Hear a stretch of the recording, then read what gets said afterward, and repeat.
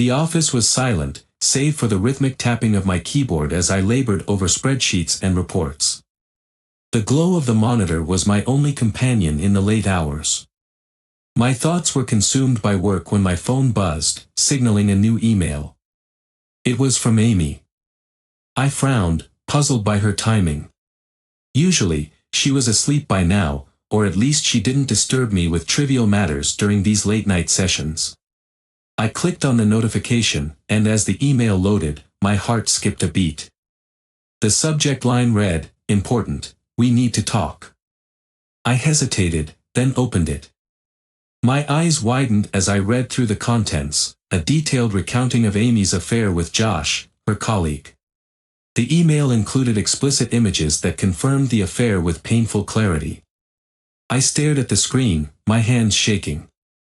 This was the proof I never wanted to see but always feared was there. The betrayal was too overwhelming to process immediately. I could barely think straight. Then a surge of anger and betrayal propelled me to act. I drafted a new email, a detailed expose of Amy's infidelity, including the graphic images as evidence. I addressed it to everyone in our community, friends, family, colleagues. As I hit send, a wave of numbness washed over me. The immediate shock gave way to a gnawing realization of the chaos I had just unleashed.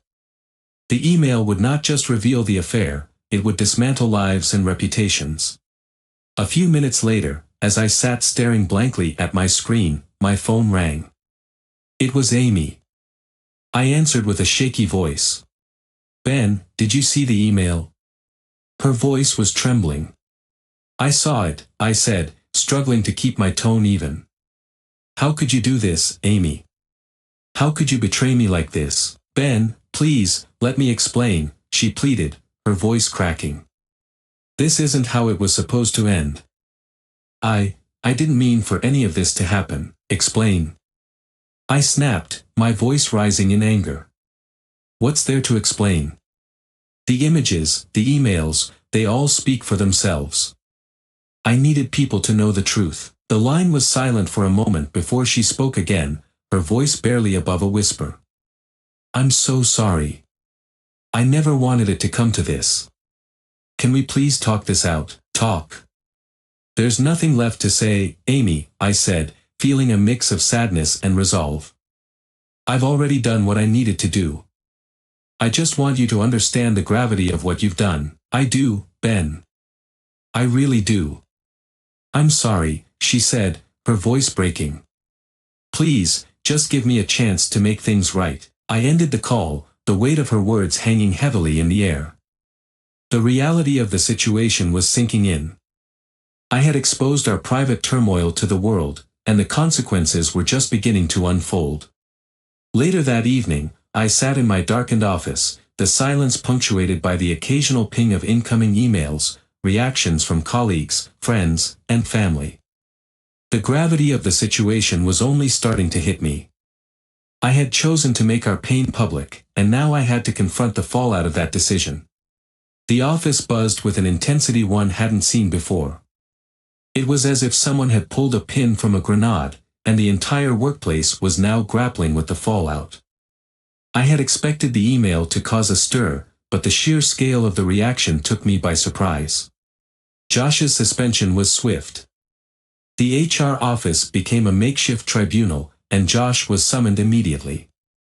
He walked in, his face pale and eyes wide with disbelief. "Josh, have a seat," said Marjorie, the HR manager, her tone clinical. She gestured to the chair across from her desk. Josh sank into the chair, his gaze fixed on the floor. "Marjorie, I don't understand. How could this happen?" Marjorie flipped through the documents on her desk, the email printed out and highlighted. "We received a serious complaint this morning. The email was quite graphic. We need to investigate the matter thoroughly, but for now, you're suspended pending an internal review." Josh's face turned a shade of crimson. "This is insane. I never thought." His voice broke off, and he put his head in his hands, overwhelmed. Meanwhile, the office had become a hotbed of speculation.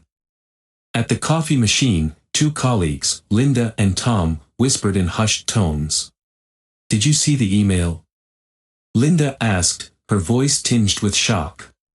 "Of course I did," Tom replied, glancing around to make sure no one else was within earshot. "I mean, I knew something was off between Amy and Josh, but this is next level." "Yeah, it's like something out of a soap opera," Linda said, shaking her head. "I can't believe Ben went so public with it." "What's going to happen to Amy now?" Tom shrugged. "I don't know. It's going to be a mess for everyone involved. I feel bad for Sunny, too. She's been blindsided by all this." Across town, Sunny was dealing with her own turmoil. She sat in their living room, her eyes red from crying, when her friend Carla arrived. "Sunny, I'm so sorry. I saw the email. Are you okay?" Carla asked, sitting beside her. Sunny looked at Carla, her face a mask of confusion and grief. "How could Josh do this? I had no idea. I thought we were happy. It's all too much." Carla put a comforting hand on Sunny's shoulder. "I know it's hard to process right now. Just take it one step at a time. We're all here for you." Sunny shook her head. "I don't even know how to begin to fix this. It feels like everything's falling apart." Back at the office, the atmosphere was thick with tension. The email's impact was undeniable. Meetings were postponed, and morale plummeted. Amy's attempts to salvage her reputation were met with cold stares or outright avoidance. In a private corner of the break room, Amy confronted Marjorie. "Marjorie, I need to explain. This isn't who I am. Please, give me a chance to talk to Josh and work things out." Marjorie's expression was stern but sympathetic. "Amy, I understand that this is a difficult situation, but right now, the company's priority is to handle the fallout and ensure that everyone is treated fairly. We need to follow protocol." Amy's shoulders slumped in defeat. "I get it. I didn't want it to come to this. I wanted to fix things, not make them worse." The office continued to buzz with activity as the repercussions of the email unfolded. The public nature of the scandal had left its mark on everyone involved. The personal lives of those caught in the crossfire were now subject to scrutiny, and the path to resolution seemed increasingly fraught with obstacles. The days following the email were a blur of cold legal battles and emotional distance. I had packed up my belongings, leaving behind the house that once represented a shared future with Amy. The emptiness of the house seemed to reflect the void left by our shattered relationship. The walls, once filled with laughter and conversations, now felt heavy with silence and regret. Amy was left to confront the aftermath of the exposure. When she walked through the door that day, the reality hit her hard. The house was eerily quiet, the only sound the echo of her footsteps. She wandered through the rooms, her heart sinking as she saw the empty spaces where my things used to be. "Ben, where are you?" she called out, her voice cracking with desperation. She knew I had moved out, but seeing the physical absence of my belongings drove the point home more painfully. The phone rang, and she answered with a trembling hand. It was her lawyer, David, calling to discuss the next steps in the divorce proceedings. "Hello, David," she said, trying to steady her voice. "Hi, Amy." David's voice was calm but professional. "I just wanted to touch base about the asset division and the custody arrangements. Have you had a chance to review the documents I sent over?" Amy took a deep breath. "Yes, I have. It's just, everything feels so overwhelming right now. I can't believe we're here." "I understand this is a difficult time," David said sympathetically. "But it's important to keep moving forward. The sooner we can resolve these issues, the sooner you can start to heal." Amy's eyes filled with tears as she glanced around the empty house. "I just want this to be over. I want to find a way to move on." Meanwhile, my own life was no less turbulent. I had thrown myself into my work, using it as a distraction from the emotional wreckage of my personal life. But even in the professional sphere, the shadows of my past decisions loomed large. My colleagues, who once saw me as a friend and collaborator, now viewed me through the lens of the scandal that had rocked our community. One afternoon, I ran into Jack, an old friend and coworker, in the office hallway. "Hey, Ben," Jack said, his tone a mix of sympathy and awkwardness. "I just wanted to check in and see how you're holding up." I nodded, appreciating the gesture but unable to fully engage. "Hey, Jack. I'm getting by, I guess. Just trying to focus on work and keep my mind occupied." Jack hesitated before speaking again. "Look, I know things have been rough. If you need someone to talk to, or if there's anything I can do, just let me know." I managed a faint smile. "Thanks, Jack. I appreciate it. Right now, I'm just trying to navigate through all this." Back in the office, Amy's attempts to reach out to colleagues were met with varying degrees of coldness and pity. One morning, she ran into Linda by the copier. "Linda, I know things are tense right now, but I really need to talk to someone," Amy said, trying to bridge the gap. Linda shifted uncomfortably. "Amy, I don't know what to say. I mean, what happened is, it's a lot to process. I hope you understand that people are just trying to deal with their own feelings right now." Amy's face fell, but she nodded. "I get it. I just wanted to reach out.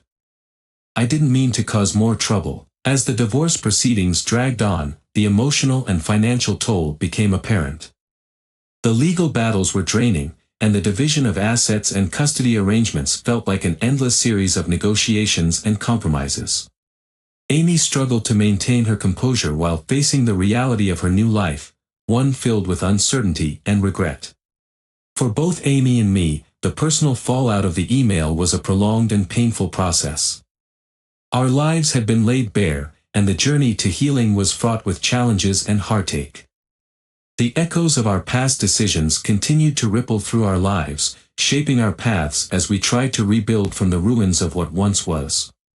Years had passed since the tumultuous days of the email scandal. Life had moved forward, and both Amy and I had found ways to rebuild our lives, though the scars of the past remained. Amy had managed to put the pieces of her life back together. After the dust had settled from the divorce, she focused on rebuilding her personal and professional life. Her new relationship with Tom, a kind-hearted man who accepted her past with understanding, became a beacon of hope and stability. Their wedding, a small and intimate affair, was a symbol of renewal. One evening, Amy and Tom were relaxing at home after a day of errands. Amy sat on the couch, flipping through a photo album filled with pictures of their recent travels and family gatherings. "This one's from our trip to the lake house last summer," Tom said, pointing to a photo of them smiling together by the water.